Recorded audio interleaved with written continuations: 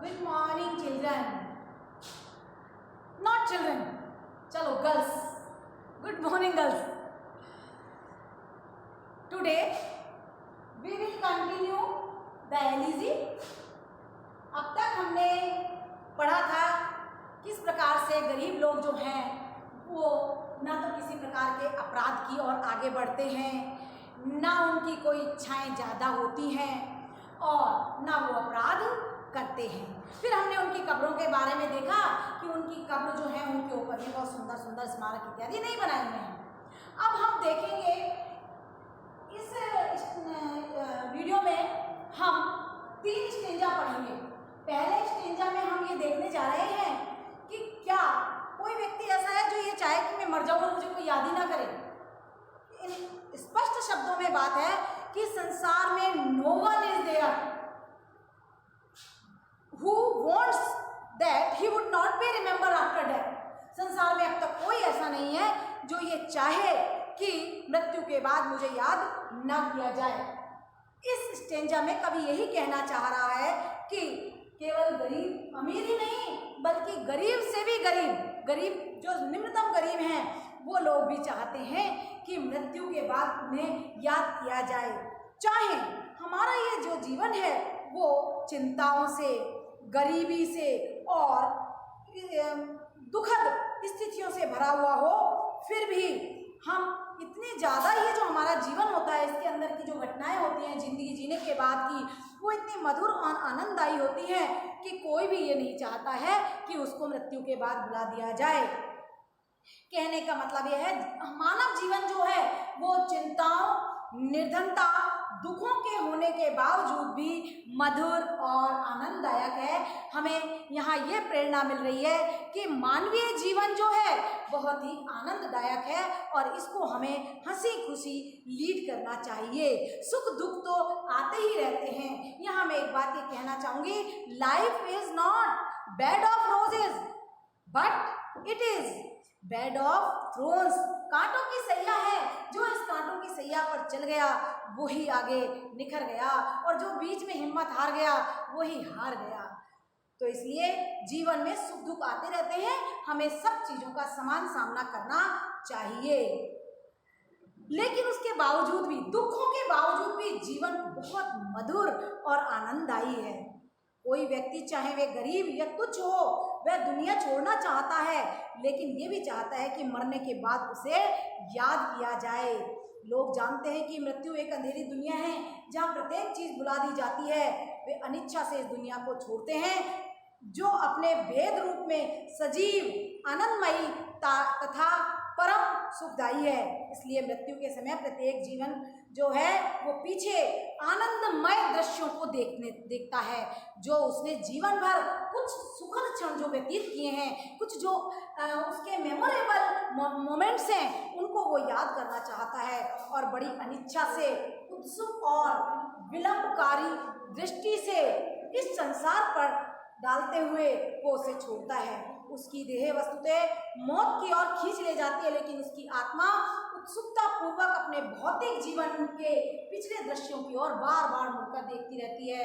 यहाँ कहने का मतलब यह है, पीपल नो, यानी we all know that death is a dark world where everything is forgotten, therefore everybody is reluctant to live this world which by contrast is warm, pleasant and blissful।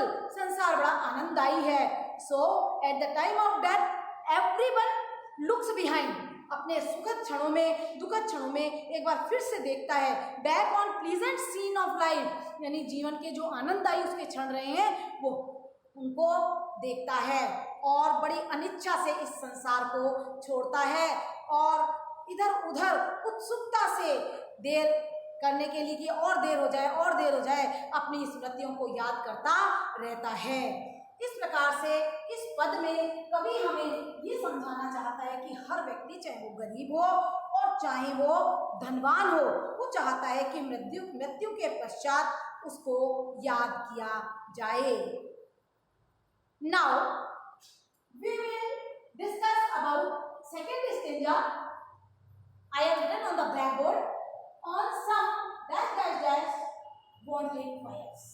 Yes, बड़ा important बात है, बहुत ही महत्वपूर्ण बात है।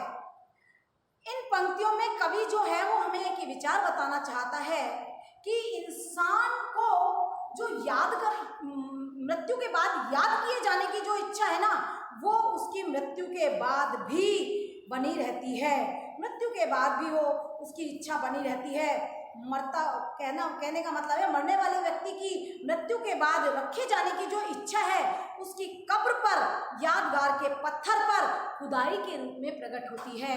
हमने देखा था कि अंग्रेजों के क्रिश्चियनिटी में एक परंपरा है कि आफ्टर डेथ जो है उनके स्मारक, उनके मॉन्यूमेंट्स पर उनकी मृत्यु की तारीख, जन्म की तारीख और विशिष्टताएं, उनके गुण लिखे जाते हैं। तो ये उन्हीं का परिणाम है। क्यों लिखे जाते हैं? ये इसीलिए लिखे जाते हैं कि वहाँ ऐसा मानना है कि प्रत्येक व्यक्ति जो है वो ये चाहता है कि मृत्यु के बाद मुझे याद किया जाए, और वो अनिच्छा से ही इस संसार को छोड़ता है। In these lines, the poet conveys the idea that the desire of a man to be remembered after his death finds expression in the inscription of his tomb।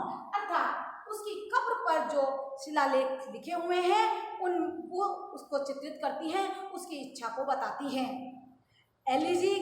Gray says that the dying man wants to see his near and dear ones। मृत व्यक्ति चाहता है उसके जो प्यारे हैं, उसके जो चहेते हैं, to drop tears for him, वो उसके लिए रोएं।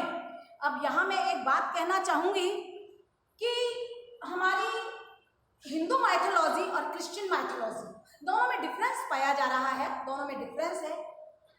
हिंदू माइथोलॉजी कहती है कि व्यक्ति जब मर जाता है तो हमें रोना नहीं चाहिए, उसकी आत्मा शांति के लिए हमें ईश्वर का नाम लेना है, लेकिन हमें रोना नहीं है। लेकिन यहाँ पर कवि ये कहना चाह रहा है कि जब मृत व्यक्ति मर जाता है तो वो चाहता है कि उसके डियर वंस उसके लिए रोएं, उसके लिए आंसू बहाएं।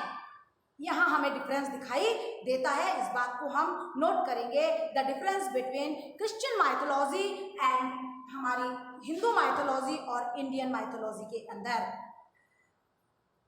In this after his death also he naturally wants, मृत्यु के बाद स्वाभाविक रूप से कवि चाहता है कि उसकी जो स्मृति है उसको उसकी कब्र पर लिख दिया जाए।